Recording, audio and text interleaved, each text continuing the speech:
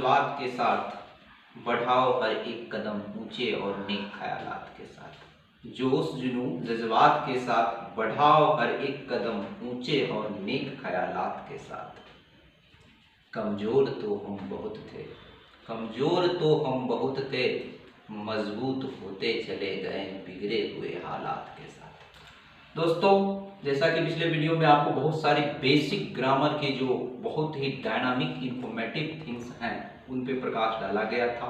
खास करके 10+2 के बच्चे जो 2021 में एग्ज़ाम दे रहे हैं उनके लिए या आज का वीडियो एक वरदान साबित होगा, क्योंकि मेरी प्रयास ये है कि गागर में सागर भरने का, और गागर में सागर भरना आसान तो नहीं है, लेकिन माँ भगवती के अनुकंपा से प्रयास में कोई कसर हम नहीं छोड़ेंगे। और उम्मीद ही नहीं, पूर्ण विश्वास है कि अगर इस वीडियो को शुरू से लेकर अंत तक आप देखते हैं तो काफ़ी ज़्यादा लाभ तो मिलेगा ही मिलेगा। आपके अंदर आत्मविश्वास और आत्मबल भर जाएगा। बहरहाल, जो लोग इस चैनल को सब्सक्राइब नहीं किए हैं उनसे मेरा हम्बल रिक्वेस्ट है, प्लीज़ सब्सक्राइब करें, लाइक करें और अपने दूसरे मित्रों के साथ शेयर करें ताकि उन्हें भी अधिक से अधिक लाभ मिल सके। बहरहाल, आप यहाँ पर ध्यान दीजिएगा, यहाँ पर कुल मिलाकर मात्र 11 क्वेश्चन दिए गए हैं और इस 11 क्वेश्चन में बहुत सारी बातों को बताने का, सिखाने का भरसक प्रयास किया गया है। यहाँ पर हेडिंग देखिए, ग्रामर है डू एज डायरेक्टेड। पहले इस चीज को समझ लीजिए, डू एज डायरेक्टेड का अर्थ क्या होता है कि यानी कि जैसा निर्देश दिया गया है कोष्टक में उसी के अनुसार आपको प्रश्न का उत्तर देना। पहला 1 2 3 4 ये 4 क्वेश्चन जो है आपने पढ़ा होगा, रिमूवल ऑफ टू, यानी कि TOO वाला जो टू होता है उसको रिमूव करके सेंटेंस को पहले के ही भाव में कैसे रखते हैं। फिर 4 क्वेश्चन है नथिंग से लेकर के गर्ल्स तक का, यानी 1 2 3 4। इस 4 क्वेश्चन में आपको बताया गया है, आपने पढ़ा होगा ट्रांसफॉर्मेशन, इस सेंटेंस को अफर्मेटिव से निगेटिव में कैसे चेंज करते हैं, निगेटिव से अफर्मेटिव में कैसे चेंज करते हैं, इंट्रोगेटिव से अफर्मेटिव में कैसे चेंज करते हैं इत्यादि। फिर लास्ट का है कंबाइन द सेंटेंसेज, यानी कि सेंटेंस 2 खंड में है, love is not play full stop, a child can not do it. अब इस दोनों को हमें मिला देना। तो देखने में ये चीज़ें जितनी आसान लग रही है, वास्तव में ये चीज़ें उतनी आसान होती नहीं। बहरहाल, I don't love Bhavya full stop, Bhavya also does not love me. फिर है I love my parents heart of hearts, और फिर दूसरा सेंटेंस होता है my parents also love me a lot. तो सबसे पहले तो ये चीज समझ लीजिए कि 3 तरह के ग्रामेटिकल कॉन्सेप्ट से रिलेटेड क्वेश्चन को सॉल्व करने का प्रयास किया जाएगा और उम्मीद है कि आपको काफी लाभ मिलेगा। यदि आप कंसंट्रेट होकर देखते हैं तो एग्जामिनेशन हॉल में इससे रिलेटेड कोई भी प्रश्न पूछा जाएगा तो आप निश्चित रूप से आसानी से और हंसते हुए इसे सॉल्व करेंगे। सबसे पहले आइए यहाँ, it's too hot to go out, अर्थात इतनी गर्मी है कि हम बाहर नहीं निकल सकते हैं। फिर दूसरा क्वेश्चन देखिए, we are too late to start the project, हम लोग बहुत लेट हो चुके हैं, प्रोजेक्ट को स्टार्ट नहीं कर सकते हैं। हिंदी समझना अति आवश्यक होता है कि प्रश्न में पूछा क्या जा रहा है। फिर तीसरा क्वेश्चन देखिए, the question was too easy to solve. ध्यान दीजिएगा, ये दोनों प्रेजेंट में लिया गया है और ये दोनों पास्ट में लिया गया है। विद्यार्थी अमूमन मिस्टेक्स यहीं पे कर जाते हैं। फिर चौथा है the girl was too gorgeous to propose. तो तीसरा को पुनः मैं पढ़ता हूं, the question was too easy to solve, प्रश्न इतना आसान था कि जिसे सॉल्व किया जा सकता था, ध्यान दे, था। फिर चौथा है the girl was too gorgeous to propose, लड़की इतनी खूबसूरत थी कि उसे प्रपोज किया ही नहीं जा सकता। कभी कभी चीजें बहुत ज्यादा सुंदर हो जाए या आकर्षक हो जाए तो भी हम कंफ्यूज हो जाते हैं, तो यही इसका अर्थ निकलता है।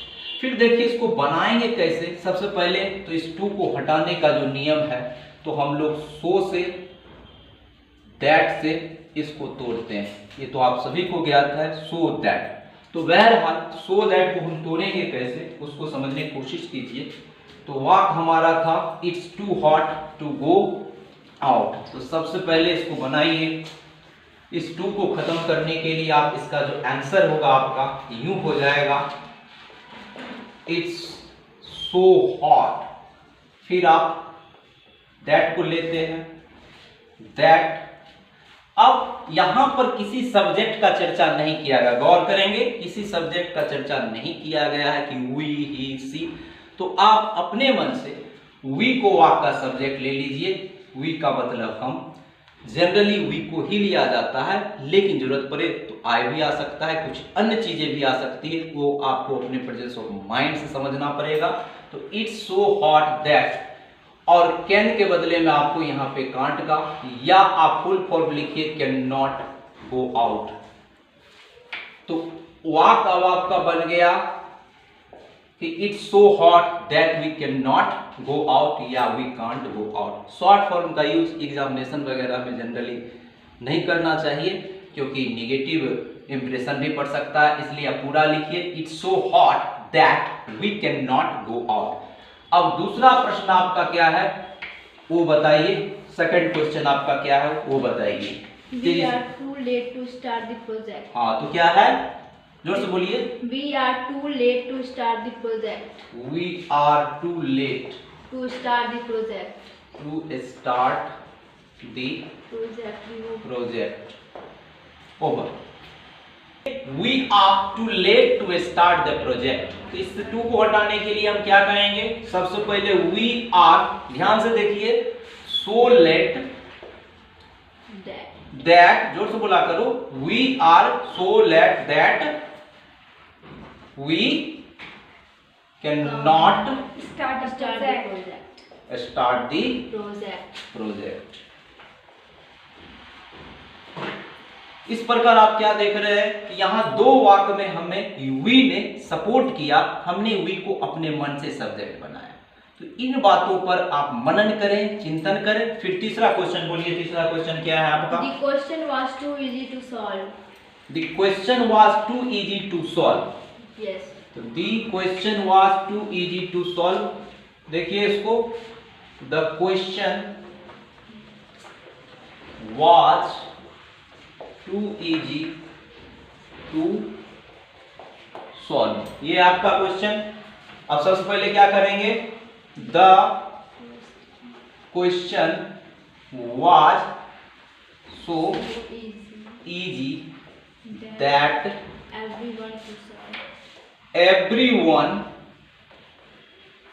बहुत अच्छा, very nice, everyone Could solve it. could solve it। तो ध्यान दीजिए इस बात पे कि हर जगह नॉट की आवश्यकता नहीं होती, कि हम ये नहीं समझ लें कि हर जगह कैन नॉट ही होगा। और सबसे पहली बात तो देखिए, कैन का पास्ट कुड होता है, इस चीज को जानिए।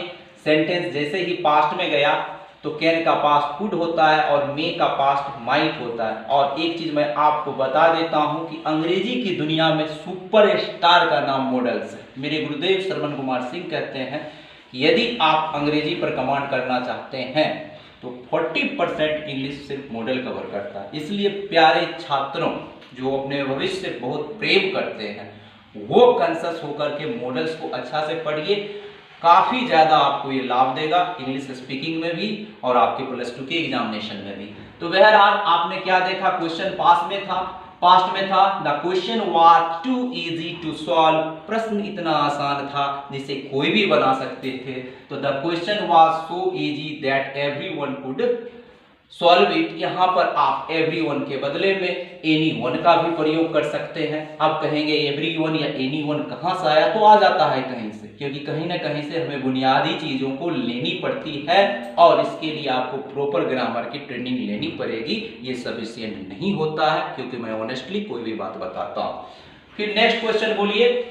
The girl was too gorgeous to propose. अब वाक आपका है The girl was too gorgeous to propose। लड़की इतनी खूबसूरत थी कि हिम्मत ही नहीं हुआ कि उसे प्रपोज कर दे। तो फिर से देखिए, The girl was too gorgeous।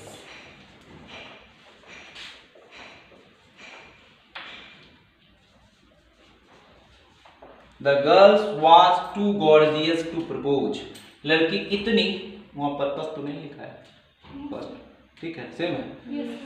The girl was too gorgeous to propose. तो अब वाक हमारा बन जाएगा the girl was so gorgeous that, वहां पर आपने देखा एवरीवन, अब ठीक विपरीत कर दीजिए। एवरीवन का उल्टा क्या हो जाएगा? नो वन, और कैन का पास्ट क्या हो जाएगा? कुड प्रपोज हर को आप ऑब्जेक्ट के रूप में लिए, ये हर किसके लिए आया? तो ये हर आया गर्ल के लिए। तो इस प्रकार आपने देखा कि कभी एवरीवन, कभी वी, कभी एनीवन। थोड़ा सा व्याकरण डॉक्टर अशोक कुमार सिंह का खरीद करके, वो मेरे गुरुदेव भी हैं और अच्छी पुस्तक है, आप उसको 10+2 के लिए पढ़िए तो और विशेष जानकारी आपको मिलेगी। तो the girl was too gorgeous to propose क्या बन गया? The girl was so gorgeous that no one could could propose her. थोड़ा सा निकालो उसको। अब यहाँ देखिए आपका थोड़ा सा ही विवरण, नथिंग इज अगली क्रिएटेड बाय गॉड। नथिंग से वाक स्टार्ट हुआ है, अर्थात वाक ऑलरेडी निगेटिव में है। इस संसार में जो भी चीज ईश्वर ने क्रिएट की, भगवान ने क्रिएट किया, अर्थात गॉड ने हमारे लिए बनाया, उसमें कुछ भी बदसूरत नहीं होता है। जनरली हम लोग कहते हैं कि ये चीज खूबसूरत है, हसीन है, और वो चीज बदसूरत है या खराब है। तो इस वाक को देखिए, ये आपका ये 4 क्वेश्चन, वो रिमूवल टू समाप्त हो चुका है, कंफ्यूज ना करेंगे। 4 क्वेश्चन आपका ट्रांसफॉर्मेशन से दिया जा रहा है कि किस तरीके से नेगेटिव से अफर्मेटिव करते हैं, अफर्मेटिव से निगेटिव करते हैं, और जो टर्म कंडीशन है उसको कैसे इंटरचेंज किया जाता है, बदला जाता है।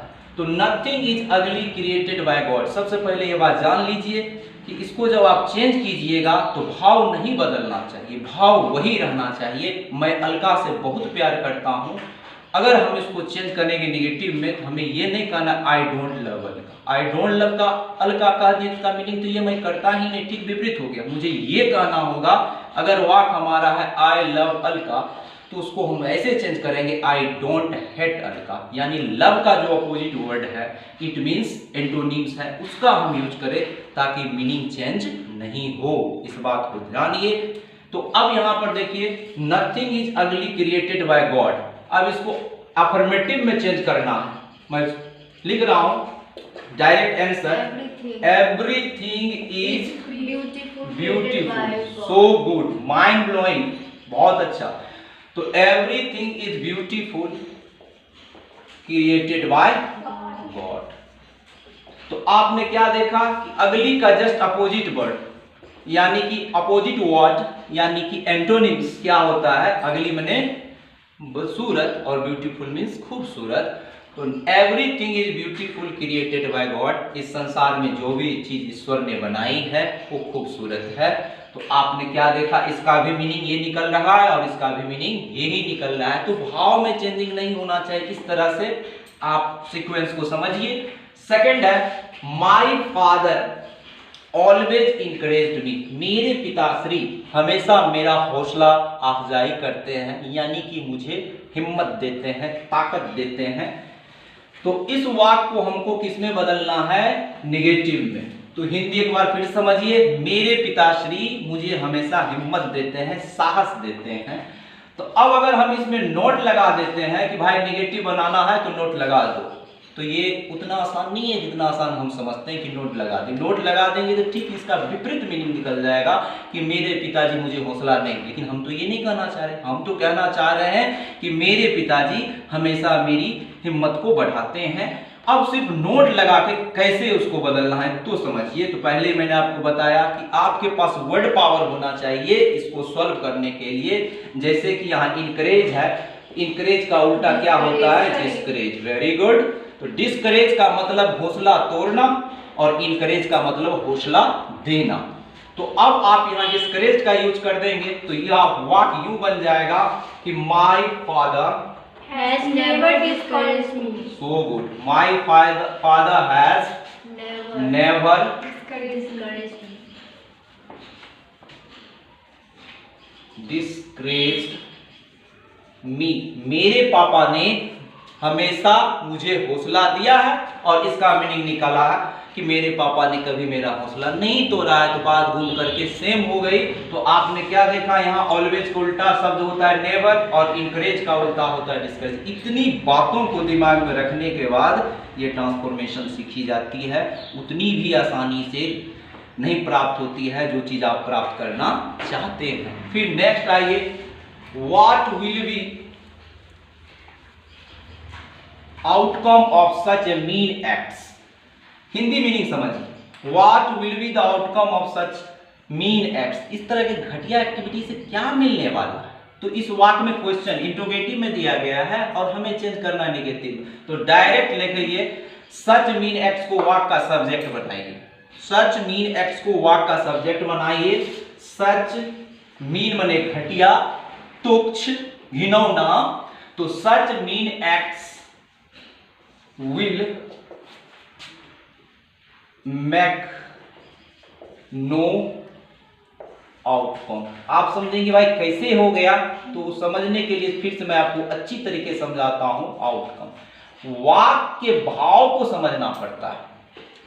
तो यहां देखिए, such mean acts will make no outcome. इस तरह के घटिया एक्टिविटी से कुछ लाभ मिलने वाला नहीं है। क्योंकि जब हम बोलते हैं तुम्हारा दिमाग काम कर रहा है कि नहीं, इसका अर्थ ये है कि तुम्हारा दिमाग काम नहीं कर रहा है। मैं तुमसे प्रेम नहीं करता हूं, इसका अर्थ ये है कि मैं तुमसे प्रेम करता हूं। तो सेंस को समझिए, क्योंकि अंग्रेजी सीखने के लिए इसका इंटेलिजेंट होना अति आवश्यक। पिछले वीडियो में मैंने कहा ये मेहनत का चीज नहीं है, मेहनत करना चाहिए, लेकिन मेहनत के साथ प्रेजेंस ऑफ माइंड बहुत डेवलप होना चाहिए, कम्युनिकेशन स्किल हो या व्याकरण को समझने के लिए।